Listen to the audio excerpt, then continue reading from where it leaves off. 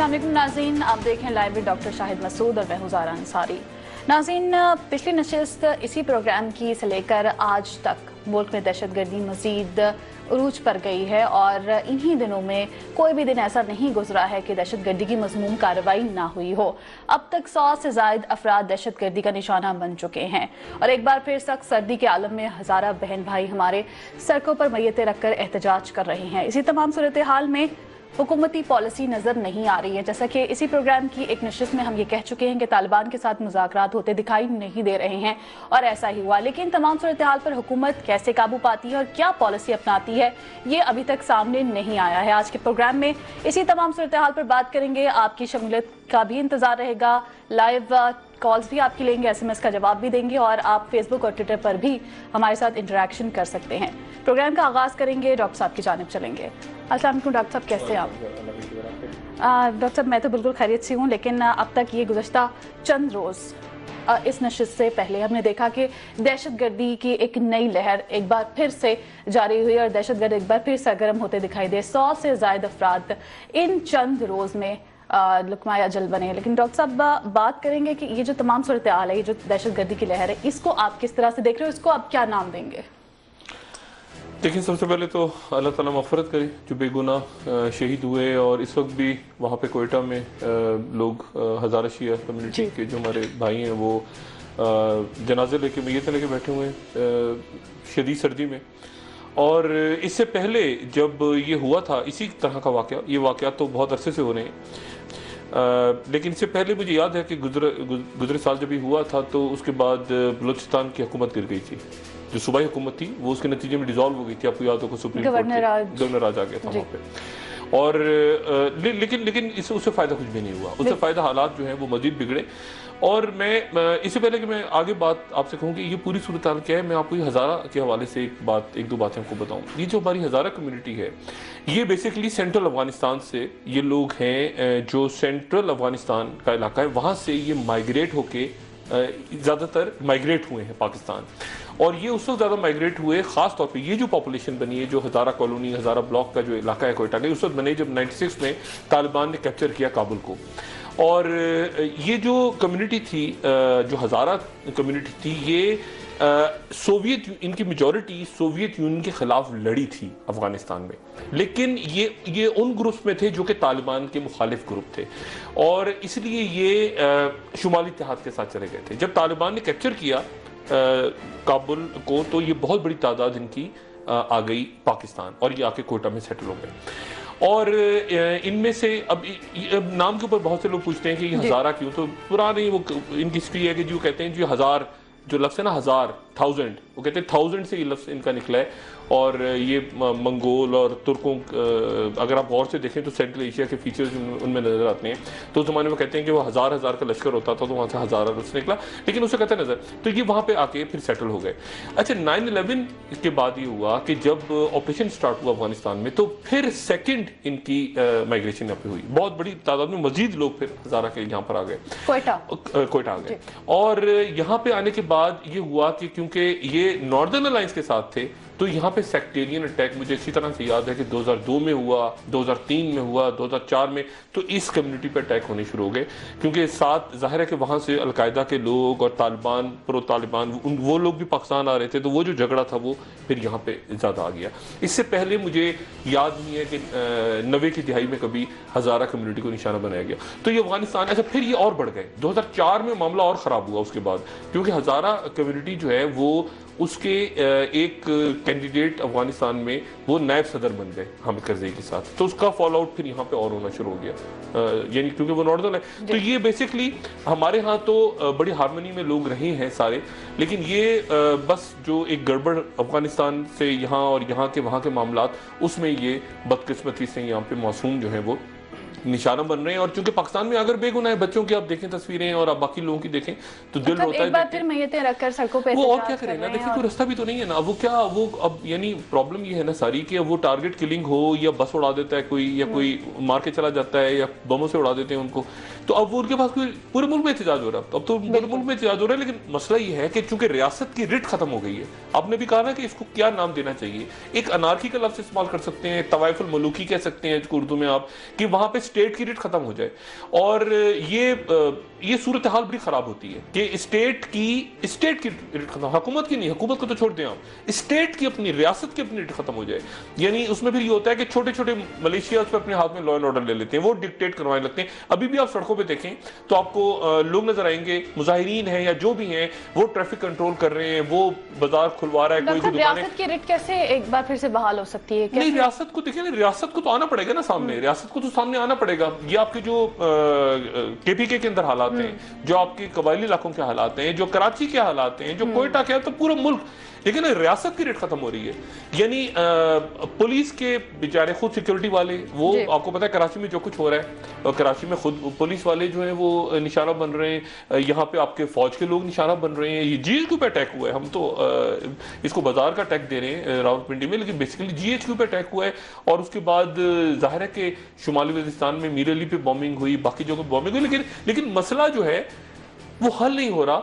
और मेरे मुंह में खाक, लेकिन ये बात आगे खराबी की तरफ जा रही है, मजीद वायलेंस की तरफ जा रही है। डॉक्टर साहब, बात तो खराबी की तरफ जा रही है। 2013 की बात की जाए तो हजारा बरादरी की जानिब से मुतालबा किया जा रहा था कि फौजी ऑपरेशन किया जाए, लेकिन गवर्नर राज कायम हो गया, लेकिन उसके बाद भी कोई हल नहीं निकला। अब फिर मुतालबात किए जा रहे हैं, चौधरी निसार साहब को भेजा गया, परवेज रशीद साहब को भेजा गया कोयटा, लेकिन आपको क्या लग रहा है मसला अब हल होगा? एक बार फिर से मुतालबात सामने आ रहे हैं, मैयतें रखे वो फिर एहतजाज कर रहे हैं। देखिए, मैं आपको बात बताऊं, ये कभी भी, मैं थोड़ी सी बात आपको जरा इसको लंबी करता हूँ, फिर मैं इसको लेके इस सवाल के जवाब की तरफ आता हूँ। बात ये सारी कि ये बिल्कुल जहनों में था लोगों के, और मैंने खुद बहुत सी शख्सियात से 2, 3, 4 साल, 5 साल पहले बात की कि ये जब इस रीजन के एंड गेम का फॉल आउट होगा पाकिस्तान पे, तो उसमें सेक्टेरियन कलर भी आ सकता है।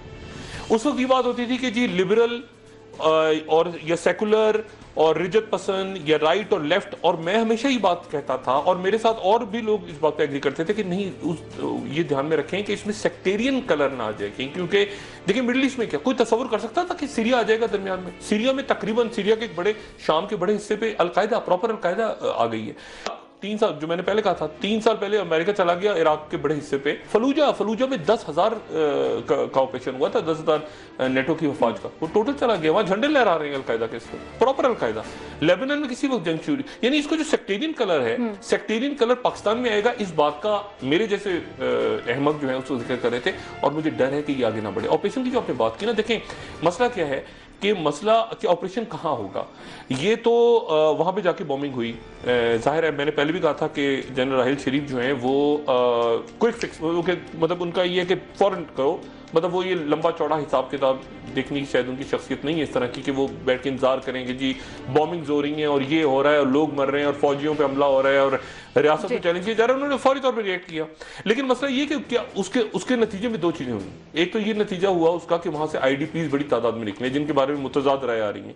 पहले मैंने आपसे बात की थी कि जब ऑपरेशन हुआ था सवात का, तो उसके नतीजे में हजारों लोग, ये लाखों लोग शायद वहां से डिस्प्लेस हो गए थे, और कोई कराची चला गया, कोई कहीं चला गया, कोई कहीं जगह सेटल हो गया, कोई उनका हिसाब किताब भी नहीं पता, हुकूमत की बात भी नहीं कि कितने लोग गए, कहाँ गए, कैंपों में गए, कहाँ। डॉक्टर साहब, अभी नकल मकानी की खबरें आ रही हैं, अलार्मिंग सिचुएशन है, क्योंकि देखिए ना, वहां या तो केपी की गवर्नमेंट उनको कहीं करे। देखिए ना, एक इलाके में आप जाके करते हैं, ठीक है, वहां पे आपने जो भी कार्रवाई की, मगर वहां से लोग निकल रहे हैं, अब खदशा पैदा, देखिए ना, बहुत बड़ी पॉपुलेशन है वहां, अब लोग डरे बैठे हैं, आम लोग भी तो है ना, बाजार है, मोहल्ले, अब आम लोग डरे बैठे किसी ऑपरेशन शुरू ना हो जाए। अच्छा, जो लोग हैं जो इन ग्रुप्स में मुलविस हैं, जो भी टेररिस्ट हैं या जो भी टीटीपी है, जो भी नाम दें उनको आप, वो लोग वहां तो नहीं बैठे, अब वो आबादी तो वहां पे है। अब मसला ये है कि वहां से उन लोगों को कैसे आप, उनका इनखला कैसे होगा, उनको कहां, और पहले भी यही हुआ था, पहले भी खैबर पख्तूनख्वा हुकूमत ने, ठीक है, वो उस वक्त एएनपी लड़ी, सब कुछ हुआ, जो भी कुछ हुआ मैं उस डिटेल में नहीं जाना चाह रहा, लेकिन आईडीपीज का मसला हल नहीं हुआ। उस जमाने में भी यहाँ टेंट लगे होते थे, हजारों लोग यहाँ बेघर बैठे होते थे, और अभी वहां से डिस्प्लेसमेंट्स हो रही हैं, और वो लोग फिर चीज को कैश करते हैं, वो फिर और सिंपैथीज गेन करते हैं। तो मामला ये सारा कि इस वक्त हुकूमत, रियासत की रिट तकरीबन खत्म बहुत सी जगहों पर, और हुकूमत फैसला नहीं कर पा रही। हुकूमत फैसला या तो कर नहीं पा रही और इतनी पेचीदगियों में फंस गई है हुकूमत इस वक्त, और खास तौर पे जो समीउल हक साहब वाला एपिसोड हुआ है उसके बाद वो इतनी पेचीदगियों में फंस गई है हुकूमत कि ना हुकूमत कहते हैं ना आगे कुआं पीछे खाई, वो ऑपरेशन का ऐलान कैसे करेंगे, कैसे ऐलान करेंगे। देखिए ना, 2-3 तरीके हो सकते हैं, ऑपरेशन मुज़ाकरात, ऑपरेशन मुज़ाकरात दोनों बात करेंगे, ऐलान किस तरह करेंगे, क्योंकि अवाम काफी पाया जा रहा है, अवाम भी जो है उस तशवीश का शिकार है कि ऑपरेशन होने जा रहे हैं। वज़ीर आज़म नवाज शरीफ भी CMH का दौरा करते हुए कह चुके हैं कि जो मुतादिद ऑप्शन है उन पर गौर किया जाएगा। एक कॉल है, डॉक्टर साहब लाहौर से हैं, रिजवान साहब, उनकी कॉल ले लेते हैं। तुम क्या सवाल करना चाहेंगे, क्या कहना चाहेंगे? वालेकुम सलाम। मैं ये डॉक्टर साहब से पूछना चाहता हूँ कि आखिर इस तालिबान का मकसद क्या है और चाहते क्या हैं, और इस मसले का हल क्या है? क्या ये ऑपरेशन इस मसले का हल है जो अभी ये करने जा रहे हैं?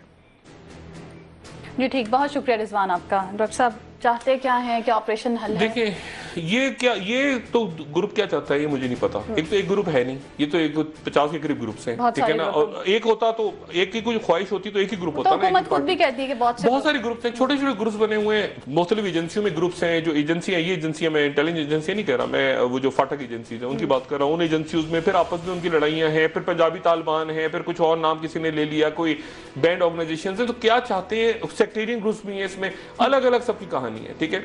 और इनकी कोई एक चेन ऑफ कमांड नहीं है कि आप किसी एक आदमी से बात करें और वो उस आदमी को सब तस्लीम कर लें। मुल्ला मोहम्मद उमर का खत आया था, आपको याद होगा, हमने इस प्रोग्राम में डिस्कस भी किया था। वो भी कहीं हवाओं में उड़ गया, उसकी भी क्या बना उसका, किसने उसको माना किसने नहीं माना, क्योंकि उसके बाद भी ये जो वेव चलती रही।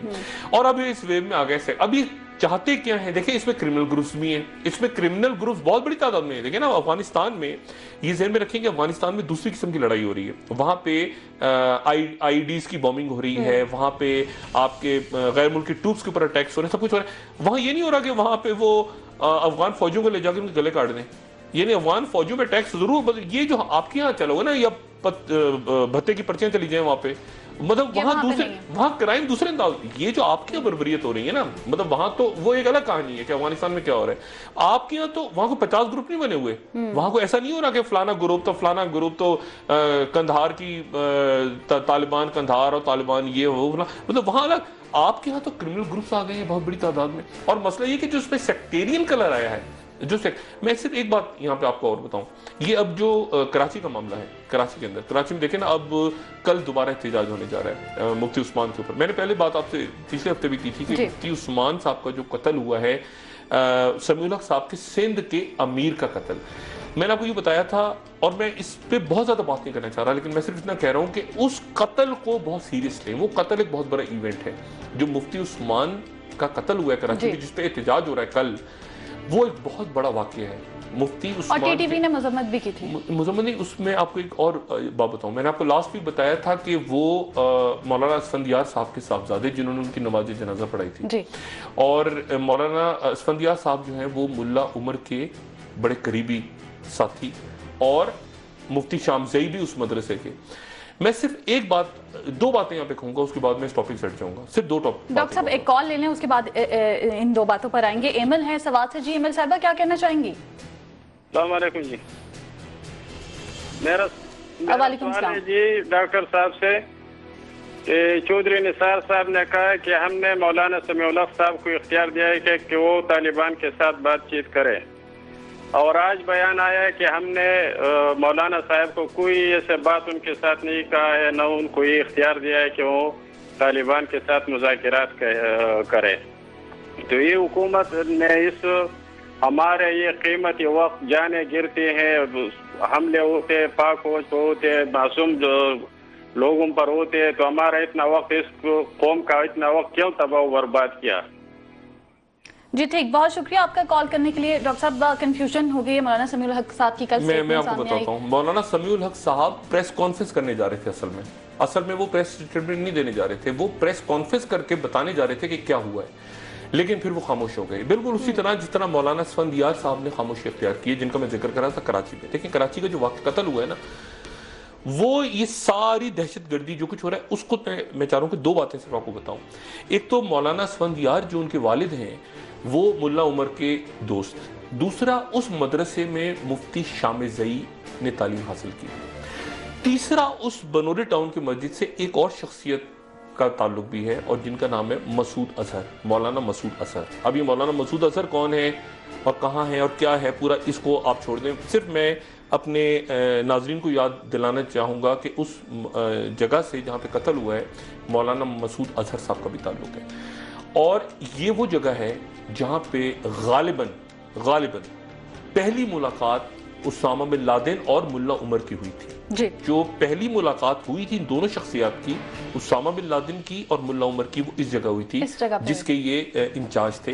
तो ये एक बहुत ही, और मौलाना समीउल हक साहब प्रेस कॉन्फ्रेंस से रुक गए कि वो कहने जा रहे थे कि तो वो रुक गए क्योंकि ये मौलाना उस्मान साहब का जो मर्डर है ये एक लंबा ही चक्कर है कि ये किसने किया, ये किन लोगों ने किया। अब मसला ये कि मैं आपको ये बात बिल्कुल बता दूं कि मौलाना फजलुर रहमान साहब भी इससे पीछे हटेंगे, ये मैं आपको खबर दे दूं या जो भी आप कहें, मौलाना फजलुर रहमान साहब भी मुज़ाकरात से पीछे डॉक्टर मुज़ाकरात की बात बिल्कुल, वो हालांकि हुकूमत में गए अगर वो पीछे हटेंगे। एक शॉट है जो उन्होंने इससे पहले कहा, कल की स्टेटमेंट आई, वो आपको सुनवाना चाहेंगे जी। समीउल हक साहब गालिबन जो मेरे पास खबर है वो ये है कि अगले 24-48 घंटे या 2-3 दिन के अंदर वो शायद पब्लिक हो जाए इस स्टेटमेंट के साथ कि उनकी तरफ हुकूमत ने कोई संजीदा कोशिश नहीं की उनसे राब्ता करके तालिबान से मुज़ाकरात करने की। ये समीउल हक साहब का कहना ये है, ये खबर है एक तरह से कि समीउल हक साहब के ज़राए कह रहे हैं कि जी मुझसे कोई संजीदा कोशिश नहीं की गई और फजलुर रहमान साहब गवर्नमेंट का हिस्सा बन गए। समीउल हक साहब के हवाले से डॉक्टर साहब आपने खबर दी थी कि मुज़ाकरात का हिस्सा नहीं है, लेकिन कल उनकी स्टेटमेंट सामने, अब आप मौलाना फजलुर रहमान के हवाले से भी मौलाना फजलुर रहमान साहब भी इससे पीछे हटेंगे, हुकूमत का वो हिस्सा बने हैं लेकिन वो ऑपरेशन की हिमायत भी नहीं करेंगे और ऑपरेशन ये वजीरिस्तान ऑपरेशन की, और वो मुज़ाकरात से भी पीछे हटेंगे खास तौर पे क्योंकि देखिए जो रूट है ना, जो इनके मकतब फ़िक्र का ये बहुत बड़ा मरकज़ है कराची। और मैंने मसूद अजहर साहब की बात बताई, फजलुर रहमान खलील साहब भी एक शख्सियत हैं, वो भी इस मदरसे से वाबस्ता रहे हैं। ये मदरसा काफ़ी अहम है देवबंद मकतब फ़िक्र के लिए। फजलुर रहमान साहब जा ही नहीं सकते इस सारे मामले से, अपने आप को अलग कर ही नहीं सकते, वरना उनकी जो रूट है वो बहुत बुरी तरह से मुतासिर होगी। ये समीउल हक साहब का मसला नहीं। तो मेरा ये ख्याल है कि फजलुर रहमान साहब भी मुज़ाकरात से, तो वो पहले ही तकरीबन बाहर थे, वो तो किसी प्रोसेस का, देखिए ना हुकूमत में शामिल शख्स सबसे पहले कहेंगे ना, मतलब मियां नवाज शरीफ तो सबसे पहले अपने उनको कहेंगे ना जो उनकी हुकूमत में शामिल है, वजीर अकरम दुरानी, बाकी लोग सारे, उनसे कहेंगे ना कि आप जाकर, तो समीउल हक साहब को उन्होंने कहा और समीउल हक साहब को बात गई, और समीउल हक साहब उसके बाद जब कत्ल हुआ तो अब उन्होंने सकूत इख्तियार किए, वो प्रेस कॉन्फ्रेंस भी उनसे कैंसिल करवाई गई। डॉक्टर साहब मुज़ाकरात से तो पीछे हट गए, लेकिन जो दीगर ऑप्शंस की बात की जा रही, मुतबादिल ऑप्शंस की बात हुकूमत की जानिब से की जा रही, क्या उनके हामी होंगे ये लोग? देखिए 2-3 बातें हैं ना, हुकूमत के सामने 2-3 रस्ते हैं। एक तो ये कि वजीर आजम अब आ जाए टीवी पे, कौन सा खिताब करें आके और कहें कि मैंने ऑपरेशन का फैसला कर लिया है, तो फौरी तौर पे सवाल ही पैदा होगा कि फिर आपने, जो हमारी कॉलर ने भी पूछा, हर पूछ रहा है कि आपने फिर 6 महीने क्या किया, आपने मुज़ाकरा तो किए नहीं। अब समीउल हक साहब को भी आपने नहीं कहा था, तो किसको कहा था भाई आपने? अब आप कह रहे हैं समीउल हक साहब ने कहा मैं पीछे हटता हूं, जब उन्होंने बयान दे दिया तो आप कह रहे हैं कि हमने उनको साइन नहीं किया। देखिए ना, आप पहले एक हफ्ता, ये तो 16 तारीख की मैंने क्लिप चलाई है जो आपने अभी प्रोग्राम में, भाई आप आज से पहले कहते हैं ना, हुकूमत आज से पहले कहती है, जब समीउल हक साहब ने कहा कि मैं पीछे हट रहा हूं तो आपने कह दिया कि हमने, और इसका नेगेटिव फॉल आउट होगा हुकूमत के ऊपर। हुकूमत अपने इसको आने वाले दिनों में, देखिए ना, अब सबको खराब कर रहे हैं, यानी कभी आप कहते हैं मुनव्वर हसन साहब आ जाएं, कभी आप कहते हैं फलां आ जाए, कभी तो उलमा को भेज रहे हैं। तो ये मुज़ाकरात का रास्ता, अब हुकूमत या तो आए टीवी पे आ जाए, प्राइम मिनिस्टर कौन सा खिताब करें, उनको बताएंगे जी हमारे ऊपर ये मुल्क में दहशतगर्दी हो रही है, हम ऑपरेशन करने जा रहे हैं। अब फिर ये सवाल होगा, लोग 2 सवाल पूछेंगे। एक तो ये पूछेंगे ऑपरेशन आप कहां करेंगे, ठीक है, ऑपरेशन आप कहां करेंगे, क्योंकि आप ऑपरेशन करते हैं अगर नॉर्थ वजीरिस्तान में और अटैक होता है कोयटा और कराची में जवाबी, तो फिर आप, क्योंकि सेक्टरियन कलर आ गया, ठीक है ना, अब वो तालिबान और एंटी तालिबान वो मसला नहीं किया रहा है, अब सेक्टरियन कलर आ गया। आप वजीरिस्तान में करते हैं, वो पेशावर में बम फाड़ते हैं, वो कोयटा में फाड़ते हैं वो। और एक बात मेरे मुंह में कॉल है, लेकिन मैं सिर्फ एक बात कहूं, अगला जो वेव है अब वो पंजाब की तरफ बढ़ रही है, मेरे मुंह में खाक। अब पंजाब की तरफ कॉल है, सज्जाद साहब हैं जी। सज्जाद साहब क्या पूछना चाहेंगे, क्या कहेंगे? अस्सलाम वालेकुम। मैं ये जानना चाह रहा था और बल्कि मैं मुबारकबाद देना चाह रहा हूँ हुकूमत को कि उन्होंने बहुत खुशाइन कदम उठाया और इस ऑपरेशन की तैयारी की है और इसके लिए काम शुरू भी किया है। मैं ये तजवीज़ देना चाहता हूँ, डॉक्टर साहब मुत्तफिक होंगे कि मीडिया को इस चीज़ से रोका जाए कि इस ऑपरेशन के मतलब कोई भी नेगेटिव या पॉजिटिव राय ना दी जाए, बिलखुसूस नेगेटिव, जो भी होना वो हो। जी ठीक, बहुत शुक्रिया सजाद साहब, आपका सवाल हमने सुन लिया। डॉक्टर साहब, ब्रेक का वक्त हो रहा है, ब्रेक पूरा के बाद मुल्क इनके देखें सवाल इस का वक्त जवाब। दहशतगर्दी का खात्मा चाह रहा है, ये बात उन्होंने बिल्कुल दुरुस्त, पूरा मुल्क इस बात पे एग्री कर रहा है कि ऑपरेशन होना चाहिए, ऑपरेशन करें ना, मतलब इसमें पूछने की जरूरत नहीं, जो क्रिमिनल्स हैं उनको आप पकड़ें। डॉक्टर साहब, मीडिया की भी बात की है, ब्रेक का वक्त है, इस पर आपका तजिया लेकिन इस ब्रेक के बाद। नाज़रीन, स्टे ट्यून्ड।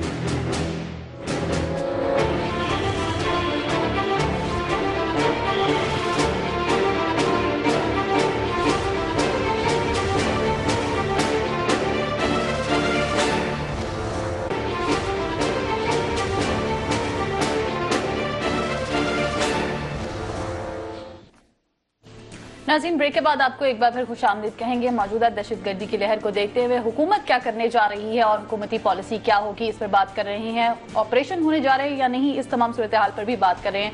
ब्रेक से पहले एक कॉल थी और कॉलर की जानिब से कहा गया कि ऑपरेशन की हिमायत की गई डॉक्टर साहब उनकी जानिब से, लेकिन ये कहा गया कि मीडिया ऑपरेशन के हवाले से बात ना करे।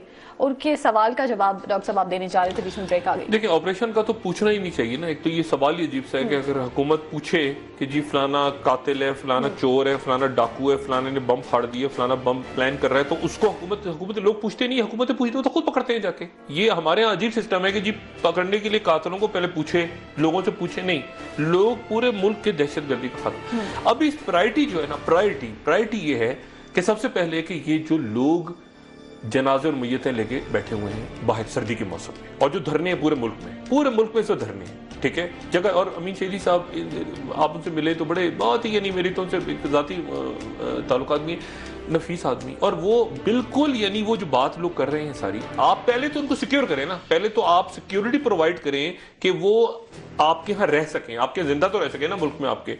अच्छा, फिर उसके बाद ये हुआ कैसे, ये पनप कैसे गया, देखिए ना, ये कैसे पनप गया कि इस कदर आपके मुल्क में ये सेक्टेरियन सारा खेल इतने सालों में चलता रहा। मुशर्रफ साहब बैठे रहे ऊपर, गुडी गुडी लाइटर मॉडरेशन दिखाते रहे, नीचे मोहल्लों में, गलियों में ये जहर फैलता गया। अब जितनी कलअदम तंजीमें हैं, अच्छा दूसरी तरफ जो साइड है वो कहती है कि हमारे लोग भी मारे जा रहे हैं, वो भी क्लेम कर रहे हैं कि जी हमारे लोग मारे जा रहे हैं, और इधर तो जनाजे, इधर तो सड़कों में लोग लेके बैठे पूरे मुल्क। तो पहले तो हुकूमत उनको रीच, और अभी उनसे बात तो करें, लेकिन ना मालिक साहब कल चले गए वहाँ, जो हमारे बलूचिस्तान की चीफ है, उनकी बस की बात थोड़ी है, ये तो बिल्कुल रेसानी सा वाली बात हो गई, कोई सीएम तो सीएम है तो वो हो या वो, इससे काम नहीं चलेगा। अब ऑपरेशन की बात है, ऑपरेशन पे तो पूरा मुल्क चाहता है कि ऑपरेशन हो, पूरा मुल्क चाहता है कि कोई कार्रवाई हो दहशतगर्दियों के खिलाफ। सवाल ये कि कहां हो कार्रवाई।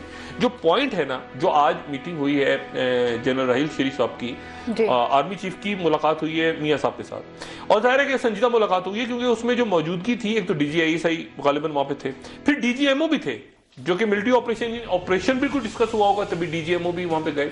तो जाहिर है कि फौज के पास इंटेलिजेंस मालूमात भी हैं, सब कुछ है, अफगानिस्तान में क्या हो रहा है, एंड गेम क्या हो रहा है, रीजन में क्या सूरत हाल है, वो सारी की सारी उनके सामने होगी इंटेलिजेंस रिपोर्ट। सवाल ये है कि ऑपरेशन कहां किया जाए और उसका रिजल्ट, यानी उससे रिजल्ट से मुराद ये आप भूल जाए, चले ठीक है, लोग यानी लोगों को यकीन होना कि इसके नतीजे में ये मामला खत्म हो जाएगा, ये जहर खत्म हो जाएगा, तो लोग बर्दाश्त भी, लोग कुर्बानी दे देंगे, लोग वैसे भी तो शहीद हो रहे हैं ना, तो फिर और शहीद हो जाएंगे, 100 वैसे ही मरना है लोगों ने, तो ऑपरेशन के बाद अगर ऑपरेशन की मजीद बात की जाए, 18 जनवरी को आपने कुछ बात कही थी, वो मैं आपको नाज़रीन को सुनाना चाहूंगी। जी समीउल हक साहब का मैं बिल्कुल आपको बताऊं, परसों मैंने इशारतन बात की थी, लेकिन अब मैं खुल के बात कर रहा हूं। समीउल हक साहब जो है वो कह रहे हैं कि कोई मुज़ाकरात नहीं हो रहे, होने जा रहे, ना मुज़ाकरात हो रहे हैं, और बज़ाहिर ऐसा लगता है कि मामला एक शुमाली वज़ीरिस्तान में ऑपरेशन की तरफ जा रहा है। ये मैं आपको खबर दे दूं, अपना अंदाजा बता दूं, जो भी कहूं कि मामला शुमाली वज़ीरिस्तान में एक ऑपरेशन की तरफ जा रहा है, लेकिन फुल फ्लैज ऑपरेशन नहीं, गालिबन टारगेटेड ऑपरेशन।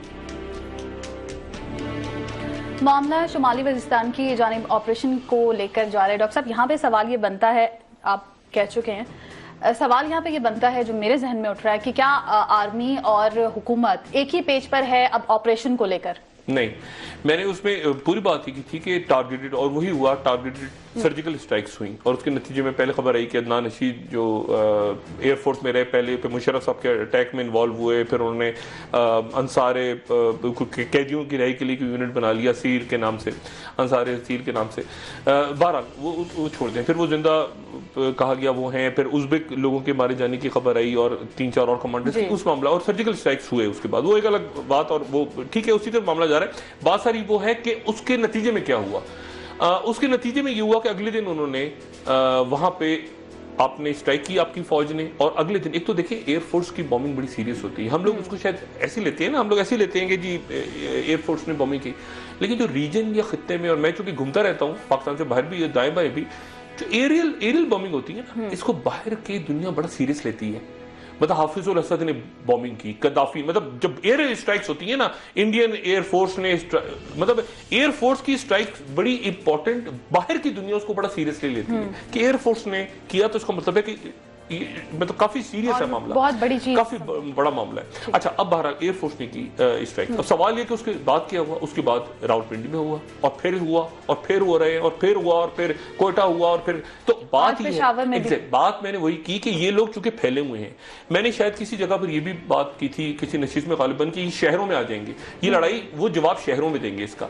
अब मसला ये कि अब जो शहरों में, एक बात मैं और आपको बताऊं, अफसोसनाक बात, खबर कह लें जो भी कह लें, कि आपकी जो मेन पॉलिटिकल पार्टीज हैं इस वक्त, मेजर पाकिस्तान की मेजर पॉलिटिकल पार्टीज तमाम की तमाम, सवाए मैं उसमें मजहबी जमातों को रखते हैं साइड पे, जो मेजर पॉलिटिकल पार्टीज है, खासतौर पे सेकुलर पार्टीज भी सेक्टेरियन बेसिस पे उनके अंदर तकसीम आ गई है इस वक्त। अच्छा, सेक्टेरियन बेसिस पे उनके डिसीजन मेकिंग में तकसीम आ गई है, चाहे मुस्लिम लीग नवाज हो, चाहे पाकिस्तान पीपल्स पार्टी हो, फैसल आब्दी साहब तो मुस्लिमीन के साथ है ना इस वक्त, चाहे वो कोई भी और जमात हो, जितनी पार्टियां हैं पाकिस्तान की, उनके अंदर एक सेक्टेरियन लेवल पे एक बदकिस्मती के साथ एक डिवीजन आ गई है, और उसके नतीजे में अब मामला वही है ना कि अब ऑपरेशन तो सब चाह रहे हैं, मगर सेक्टेरियन ऑपरेशन कैसे होगा, इसके ऊपर मेरी बहुत सारे लोगों से बात हुई, मैंने उनसे बहुत से लोगों से पूछा, मैंने कहा जी आप कैसे करेंगे, क्योंकि पाकिस्तान में तो हमने हमेशा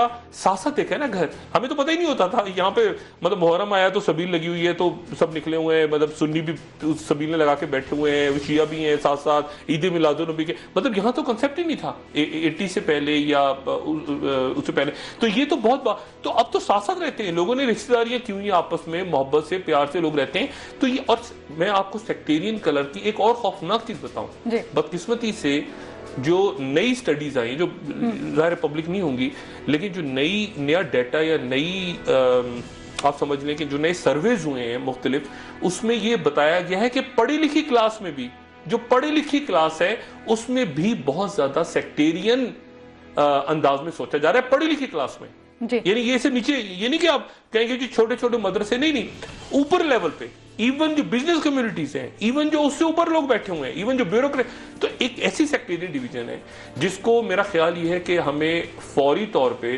किसी ना किसी को आगे बढ़ना है, लेकिन प्रॉब्लम ये है कि बेशतर मजहबी जमातें खुद भी सेक्ट की बेस पे बनी हुई हैं। बिल्कुल डॉक्टर साहब, आपने तो सियासी जमातों की बात की है, यहाँ पे मैं जानना चाहूंगी कि पाकिस्तान तहरीक इंसाफ और इमरान खान साहब कहाँ पर खड़े हैं, यू टर्न उन्होंने लिया है फौज के साथ, ये स्टेटमेंट आई, लेकिन इसका जवाब लूंगी। कॉलर हैं कराची से, एयू खान साहब है जी, क्या कहना चाहेंगे?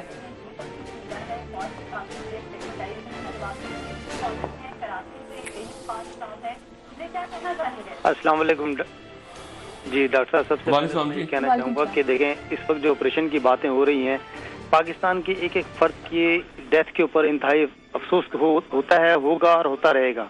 ऑपरेशन के हवाले से मैं बताता चलूँ कि अगर आप हज़ारा कम्युनिटी की तरफ से ये रिक्वेस्ट की जा रही है कि जी आप वहाँ पे उनके खिलाफ ऑपरेशन करें, कल को दूसरी कम्युनिटी उठेगी, वो कहेगी कि जी आप ऑपरेशन करें उनके खिलाफ, तो ये आप एक एप्लीकेशन सबमिट कर दें गवर्नमेंट को, और वो उसका काम है कि वो किसके खिलाफ ऑपरेशन करे। जी ठीक, बहुत शुक्रिया आपका कॉल करने का जी डॉक्टर साहब। मैं यही बात कह रहा था कि देखे ना, जो भी इन्वॉल्व है आप अक्रॉस द बोर्ड, यानी यही तो सारा मसला है ना, यही तो प्रॉब्लम है कि एक कम्युनिटी को अपनी जनाजे लेके वो सड़कों में आना पड़ गया, वो सड़कों पे बैठे हुए हैं, और वो पिछले साल भी बैठे थे, उससे पहले भी बैठे, सर्दियों में लाशें लेके बैठे हैं। अब मसला ये कि ये उसके बाद जब पिछले साल हुआ था, तो उससे लेके आज तक क्या किया, देखिए ना, पहले तो हुकूमत छोड़ दें, पीपल्स पार्टी थी, मालिक साहब थे, पहले तो स्टेट बताया ना कि उससे लेके अब तक क्या किया, मतलब उस कम्युनिटी को आपने इतनी सी जगह पे है ना, कोयटा ही है ना, वो कोयटा शहर कोई इतना बड़ा आपने कोई बर्रे आजम, तो एक शहर के अंदर आप एक कम्युनिटी को, या उस सूबे के अंदर आप कम्युनिटी को, और आपको पता है यहाँ से जायरीन ने जाना है, यहाँ से वापस आना है ईरान, मतलब कितनी आप उस सड़क को, उस रास्ते को आप सिक्योर नहीं कर सके, बल्कि शायद सिक्योरिटी एहलकार भी स्पेनिश टूरिस्ट पता नहीं क्या कर रहे थे, वो भी साथ ही, मतलब इस कदर खराब सूरत हाल है। तो मसला ये है, और ये वो सूबा है, बलोचिस्तान वो सूबा है जो कि ऐसे मेरे ख्याल से माइक्रोस्कोप के नीचे इंटेलिजेंस एजेंसीज के पाकिस्तान की इंटेलिजेंस एजेंसीज के भी और बाहर के भी। ये फाटा का चप्पा चप्पा जो है, चप्पा चप्पा आपकी पाकिस्तान की इंटेलिजेंस एजेंसीज के नीचे भी, ऊपर दुनिया भर के ड्रोन घूम रहे हैं, नीचे ह्यूमन इंटेलिजेंस भी है दुनिया भर की, बाहर की एजेंसीज की भी और आपकी भी। तो अब ये वहां फाटा में कैसे हो रहा है और वहां कैसे हो रहा है? कराची को तो छोड़ दें, पंजाब को तो छोड़ दें, जो उनका तो आप छोड़ ही लेना कि वहां पर क्या हाल होगा इस वक्त। मसला ये है कि ये उन सूबों में जहां पे 9/11 के बाद से इंटेलिजेंस ऐसे एक एक कॉल सुन रहे हैं दुनिया के बैठ के, वहां पर आपको पता नहीं चलता। कोयटा से ही कॉल है, वो ले लेते हैं। नाम बताइएगा, क्या सवाल करना चाहेंगे? हेलो हेलो जी जी जी, मैं हिना बात कर रही हूँ कोयटा से। हेलो जी हिना साहिबा जी, मुझे डॉक्टर साहब से सवाल करना था। डॉक्टर साहब, ऑपरेशन के बारे में, जो हमारी हुकूमत एक ऑपरेशन करने के लिए जा रही है, क्या ये कामयाब रहेगी? यानी अवाम का कभी ध्यान दिलवाना परवेज मुशर्रफ की तरफ और कभी बम धमाकों की तरफ। अब यकीन जाने कि हम कोयटा के लोग इतने खौफजदा हैं, इतने खौफजदा हैं कि बाहर निकलते हैं तो समझते हैं कि कहीं यहाँ बम धमाका ना हो जाए। और यही दिन थे, पिछले साल जनवरी में भी यही हालत हुई और इस दफा फिर यही हालत हुई। लेकिन हम अवाम, जो आम लोग हैं, वो भी बहुत खौफजदा हैं। जगह जगह चेक पोस्टें मौजूद हैं और इसके हालात ये हैं कि दिन ब दिन बिगड़ते जा रहे हैं। इसका कौन जिम्मेदार होगा? जी ठीक, बहुत शुक्रिया हिना साहिबा आपका कॉल करने के लिए। डॉक्टर साहब, हालात दिन ब दिन बिगड़ते जा रहे हैं, खौफ व हरास है लोगों में, लेकिन फिर भी मैयतें लेके सड़कों पर मौजूद हैं। मेरे मुंह में खाक, लेकिन ये बात आगे बढ़ेगी, मुझे कहना नहीं चाहिए, लेकिन जो मैं थोड़ा सा मेरा एनालिसिस है वो ये है कि ये बात और आगे बढ़ेगी और आगे बढ़ने जा रही है।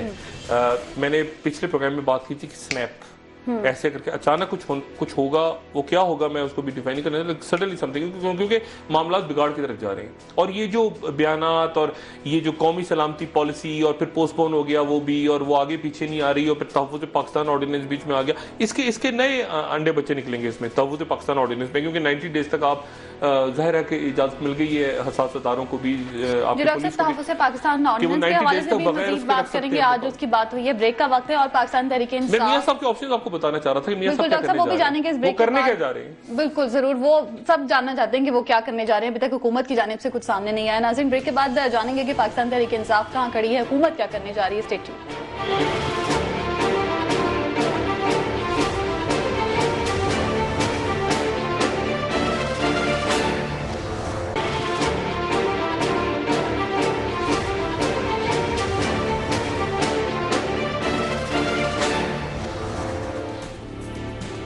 नाज़रीन, ब्रेक के बाद आपको एक बार फिर खुशामदीद कहेंगे और बात कर रहे हैं कि अब हुकूमत क्या करने जा रही है, क्या करेगी, मियां साहब क्या करेंगे, और पाकिस्तान तहरीक इंसाफ के सदर इमरान खान की जानिब से जो बयान सामने आए उसको लेकर भी डॉक्टर साहब से जानेंगे। डॉक्टर साहब, मियां साहब कहाँ पे खड़े हैं? दूसरी जानिब इमरान खान साहब की जानिब से कल बयान आया, एक तरह से यू टर्न लिया कि फौज के साथ है। देखिए, मैंने कहा ना, तीन ऑप्शन है मियां साहब के पास। एक तो वो कौम के सामने आ जाए, खिताब करें और कहें कि मैं ऑपरेशन करने जा रहा हूँ, ये करने जा रहा हूँ। उस सूरत में एक उसका अपना फॉलो आउट है कि लोग पूछेंगे मुज़ाकरात तक क्या हुआ, समीउल साहब से आप क्या कर रहे थे, कौन सा चैनल, फजल रहमान खलील साहब वाला चैनल, तो वो चैनल जो थे प्रॉपर वो तो खुले ही नहीं ना, वो तो सारे बंद हो गए।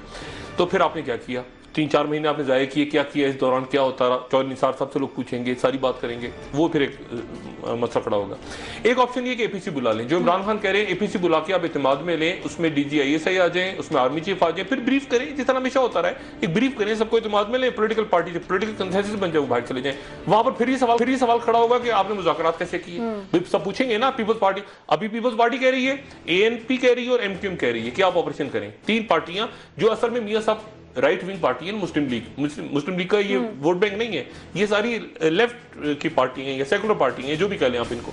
वो कह रही है ऑपरेशन करें। वो भी पहला सवाल पूछेंगे आपने मुज़ाकरात क्या किए, मुज़ाकरात नहीं किए तो उसके नतीजे में 4 जनवरी को कौमी असेंबली का इजलास भी होने जा रहा है। अच्छा, फिर ये ऑप्शन है कि कौमी असेंबली में आ जाए और कौमी असेंबली में अब कंसेंसस लेने की कोशिश करें ऑपरेशन के खिलाफ, जो कि कंसेंसस जैसे कि पहले हुआ था सवात के वक्त, आपको याद होगा उस वक्त एक मुल्क का बड़े हिस्से पे ये ग्रुप, मैं क्रिमिनल ग्रुप्स कह रहा हूँ, ये कोई TTP CTP, ये क्रिमिनल ग्रुप सर काट रहे थे उस वक्त भी, खूनी चौक ही सारा, तो उस वक्त कंसेंसस बन गया था। अब मसला ये कि अब इस वक्त सूरत हाल खराब है, क्योंकि अब इस सूरत हाल में आप अगर APC में जमात इस्लामी को बुला के क्या कहेंगे आप कि हमने मुज़ाकरात आपके थ्रू किए, फिर पहले तो आप बताएंगे ना APC में, पिछले APC में आपने कहा था कि हम मुज़ाकरात करेंगे, अब आप ऑपरेशन करने जा रहे हैं, पूरी कौम चाह रही है कि आप टारगेटेड या जैसे भी आपने करना है ये दहशतगर्दी खत्म करनी, जो भी, पहले ये बताएंगे मुज़ाकरात कैसे हुए, किसके थ्रू हुए। फजल रहमान खलील साहब कह रहे हैं मेरे थ्रू नहीं हुए, फजल रहमान साहब पीछे बैठे हुए, जमात इस्लामी कह रही है मेरे साथ नहीं हुए, समीउल हक साहब को आपने वो कर दिया, फिर किसके थ्रू, कौन से चैनल यूज हुआ, कहां से हुए? तो वो मसला अपनी जगह खड़ा कि फिर 4 महीने आपने ज़ाया क्यों किया, बेवकूफ बनाते रहे लोगों को। अगर ऑपरेशन ही करना था तो इतनी जाने क्यों आपने ज़ाया की, तो 4 महीने पहले आप कर लेते ऑपरेशन। तो ये सारा मामला हैं जो आने वाले दिनों में गंभीर होंगे। इमरान खान का जो स्टांस है, इमरान खान का स्टांस ये है कि हम फौज के साथ खड़े हैं, पूरे मुल्क की फौज के साथ खड़े हैं, फौज से आप तो नहीं लड़ने जा रहा ना कोई, फौज के साथ खड़े हैं, फौजियों पे फौज को एक बात दूसरी देखिए ना, वो एक हमारे मिनिस्टर साहब ने अजीबो गरीब बयान दिया है कि फौज पे हमला होगा तो फौज रिएक्ट करेगी। भाई शहरियों पे हमला हो रहा है तो भी फौज को रिएक्ट करना चाहिए। हमारे वजीर साहब जो हैं उनको उन्होंने पता नहीं, एक तो स्लिप ऑफ टंग इनकी हो जाती है, क्या मसला हो जाता है, अच्छे सेंसिबल आदमी है, वो कह रहे हैं फौज पे हमला होगा तो फौज तो रिएक्ट करेगी। और भाई सिविलियंस पे वो जाएंगी तो भी फौज को रिएक्ट करना चाहिए। तो ये सिविलियंस और फौज की तफरीक ना करें। फौज जो भी ऑपरेशन करने जा रही है पहले तो ब्रीफ कर दे सियासी क़यादत को, ठीक है ना, कौम से खिताब तो नहीं करेंगे ना जनरल राहिल शरीफ साहब आके, वो तो फिर और मसला और कुछ उल्टा ही होगा ना मेरे अजीजों वतनों, वो तो अल्लाह ना करे कभी हो। तो खिताब तो मियां साहब को ही करना है ना, चौधरी निसार साहब को ही करना है। तो भाई या तो कौम को इत्मीनान में लें और खिताब करें और आके बता देंगे ऐसे हुआ और ऐसे नहीं हुआ। और दूसरी बात ये कि ये बताएंगे मुज़ाकरात। देखिए ना अब क्या हुआ है कि जो राइट साइड है, मैं बार बार कह रहा हूं, आपको तालिबान के साथ अगर डायलॉग करना था, अगर तो उसके यही रखते थे, समीउल हक साहब, फजलुर रहमान साहब, जमात इन्हीं के थ्रू जाना था ना। अब ये सारे जिज्जों के बैठ गए। एक और चैनल बीच में खुला था मेजर आमिर साहब वाला और दूसरे उलमा का, फजलुर रहमान, वो भी जिज्जों के बैठा हुआ, वो कहते हैं कि हमको भी बेवकूफ बनाए। अच्छा अब वो भी नहीं था, ये भी नहीं था, तो फिर कौन से लोग थे? किसी ना किसी को तो इन्वॉल्व करना पड़ेगा आपको। अब मसला ये कि ये मेरे ख्याल से ये वो चीजें जो आने वाली, लेकिन इससे कतई नजर के ऊपर की सतह पे क्या हो रहा है, जो नीचे सेक्टेरियन वेव है, मेरे मुंह में खाक। एक तो कराची को देखें कल, क्योंकि कल दूसरा एहतजाज हो रहा है, कल एहतजाज, एक तो वहदत मुस्लिमीन के हमारे भाई बैठे हुए, और मैं इस कदर अमीन शेदी साहब से जब आखिर मेरी बात हुई थी तो दिल रोता है। वो मतलब जनाजे लेके लोग बैठे हुए, कोई रास्ता ही नहीं इसके अलावा छोड़ा ना कि लोग बैठे सड़कों पर, और क्या करें लोग, यानी लोग घिराव जलाव तो नहीं करे, बेचारे सड़कों में बैठे हुए सर्दी में, अब और क्या करें, वो रास्ता नहीं छोड़ा उनके लिए आपने। और आप अपने मुल्क में अहले तशी जो हमारे भाई हैं सारे, उनको आप सिक्योरिटी नहीं प्रोवाइड कर पा रहे, तो आप क्या। अच्छा अब वो बैठे हुए सड़कों में, कल एहतजाज होने जा रहा है मुफ्ती उस्मान के ऊपर कराची में, वो एक नया सिलसिला होगा, ठीक है। और मुझे डर लग रहा है कि दोनों सड़कों पे कैसे आएंगे, एहतजाज करेंगे, और कल जुमे का दिन है, जाहिर है कि एक अजीब सी सूरत हाल है कराची की। और इस दौरान एक बात मेरी ज़हन में रखिएगा कि पंजाब को ज़हन में रखिएगा, पंजाब आपके सामने, क्योंकि अल्टीमेटली सिंध और बलूचिस्तान और केपी से कहीं ज़्यादा ये जो हमारे यहाँ सेक्टेरियन इशू है, ये पंजाब और खासतौर पे जनूबी पंजाब में बहुत ज़्यादा है, जहां पर अभी इसका कोई असर नहीं हुआ। अभी तो कोई बड़े वाक़यात नहीं, वैसे तो होते रहे, लेकिन अच्छा अब मसला ये, आखिरी बात मैं आपसे कहूँ कि मुज़ाकरात तो बंद, मुज़ाकरात को आप फारिग करें, मुज़ाकरात को तो रख दें साइड पे, इसलिए कि कोई शख्स मुज़ाकरात के लिए इन्वॉल्व नहीं हुआ। जो किया गया उसके साथ वो हुआ जो समीउल हक साहब के साथ हुआ। आखिरी सवाल, अगर ऑपरेशन होता है तो क्या होगा? सवाल ऑपरेशन के बाद के हालात हमने देखे, कराची में हालात मजीद बदतर हो गए, जैसे मुल्क के दीगर शहरों में भी। मैंने आपसे वही कहा ना कि देखिए सवात में हुआ था, उस वक्त कंटेन कर लिया था रियासत ने, उसकी वजह यह है कि रीजनल टर्मोइल नहीं था। अब ध्यान में रखें, रीजनल सेक्टेरियन टर्मोइल है, मरो और मारो का खेल चल रहा है और सेक्टेरियन बेसिस पे चल रहा है। ये 30 साल लड़ाई हुई थी यूरोप के अंदर। यूरोप में ये जो प्रोटेस्टेंट जब शुरू हुए थे ना, ये प्रोटेस्टेंट नाम भी बड़ा अजीब है, ये कैथोलिक प्रोटेस्टेंट कहते हैं ना, ये प्रोटेस्ट से लफ्ज निकला है, प्रोटेस्ट वो निकले, मार्टिन लूथर ने चर्च के आगे लगा, 30 साल लड़ाई हुई उसके बाद, जर्मन थे वो, और 30 साल के अंदर जो विटनबर्ग शहर था जहाँ पे मार्टिन लूथर ने शुरू किया था, जो 2 फिरके बने थे, तो उस फिरका जो था प्रोटेस्टेंट्स और कैथोलिक्स की 30 साल लड़ाई हुई यूरोप में, और 30 साल के अंदर जर्मनी की कहते पॉपुलेशन आधी हो गई थी। और उसी जमाने में आपको याद है ये जो पता नहीं हमने सुना है कि नहीं, विच हंट, ये जो चुड़ैलें बना के जलाते थे एक दूसरे को, ये सारा उसी जमाने में शुरू हुआ था। 60,000 औरतों को जला दिया था, 60,000 औरतों को। तो इतनी खौफनाक सूरत हाल बन गई थी, 30 फिरके लड़े थे आपस में दोनों, कैथोलिक्स और प्रोटेस्टेंट। तो मसला ये है कि ये जो सेक्टेरियन टिंज है ये उस वक्त नहीं था जब सवात के अंदर मामला शुरू हुआ था, इस वक्त सेक्टेरियन टिंज आ गया है, और इस वक्त गली मोहल्ला जिसमें मैंने कहा पॉलिटिकल पार्टीज के अंदर, मैं नाम नहीं लेना चाह रहा, मुझे पॉलिटिकल पार्टीज के एमएनए, सेकुलर पार्टीज के कह रहे हैं कि जी वो फलाने के अंदर हमारी ग्रुपिंग है, वो फलाना वो उस फैक्ट का है, वो सेट का, इस तरह से लोगों के। और मीडिया का भी तो जिक्र करें, मीडिया को भी तो थ्रेट है तालिबान की तरफ से। बिल्कुल डॉक्टर साहब, नाम भी आ गए हैं लोगों के, इस पर कल डिस्कशन करेंगे, ये भी एक इंपॉर्टेंट बात है, मीडिया को थ्रेट्स की खबरें भी आ रही है। कराची से कॉल है डॉक्टर साहब, वो ले लूं। कौन, अपना नाम बताइएगा और क्या सवाल करना चाहेंगे? जी अब्दुल सलाम बात कर रहा हूँ कराची से। जी अब्दुल सलाम सर। अस्सलाम वालेकुम डॉक्टर साहब, क्या हाल चाल है, कह रहे थे? वालेकुम सलाम जी, कैसे भाई, खैरियत से, आप ठीक हैं? अल्हम्दुलिल्लाह। डॉक्टर साहब, मैंने कोयटा के हवाले से बात करनी थी कि कोयटा में तकरीबन 8 से 10 टोटल एग्जिट और एंट्रेंस पॉइंट है, ठीक है, और उसमें हर पॉइंट पे रेंजर्स और पुलिस के नाके बने हुए हैं। इसी एंट्रेंस और एग्जिट पॉइंट से बंदे आते हैं, बंदे जाते हैं, असला आता है, असला जाता है। तो क्या ये एजेंसियों के इतनी एजेंसियां पाकिस्तान की जितनी भी एजेंसियां वो सारी कोयटा में, स्पेशली कोयटा में और ओवरऑल बलूचिस्तान में मौजूद है? क्या उनको ये पता नहीं कि असला कहाँ से आ रहा है, कहाँ से जा रहा है? जी ठीक, बहुत शुक्रिया अब्दुल सलाम साहब, आपका सवाल हमने सुन लिया। डॉक्टर साहब, एजेंसियों के हवाले से मैं मानने को तैयार ही नहीं, एजेंसीज को ना पता कि सवाल ही पता नहीं होता, वो आपको रिपोर्ट नहीं याद। MPAs वजीर मुलविस थे अगवा में, पिछली हुकूमत में वजीर मुलविस थे। रिपोर्टें पेश हुई है सुप्रीम कोर्ट के, जो बलूचिस्तान बदमनी केस था, और इफ्तिखार चौधरी साहब से 100 लोगों को इख्तलाफ हो, कुछ कम से कम इस वक्त तक सुमोटो ही हो जाता, कोई एक सुमोटो तो हो जाता, पता नहीं। हमारे जिलानी साहब तो कह रहे थे कि वो भी किसी सुमोटो ही ले लेते, वहाँ लाशें रख के लोग बैठे हैं। कुछ सुप्रीम कोर्ट करेगा, हुकूमत कुछ करे, मतलब देखिए ना, अब मसला ये है कि वो वजीर इन्वॉल्व थे, और वो अभी भी होंगे, जाहिर है वो भी घूम रहे होंगे, वो असले में, वो अगवा में, वो जराइम में, वो वजीर निकले थे। वो जो पेश हुई थी हसास अदारों की रिपोर्टें सुप्रीम कोर्ट में, कराची में भी ये सूरत हाल है।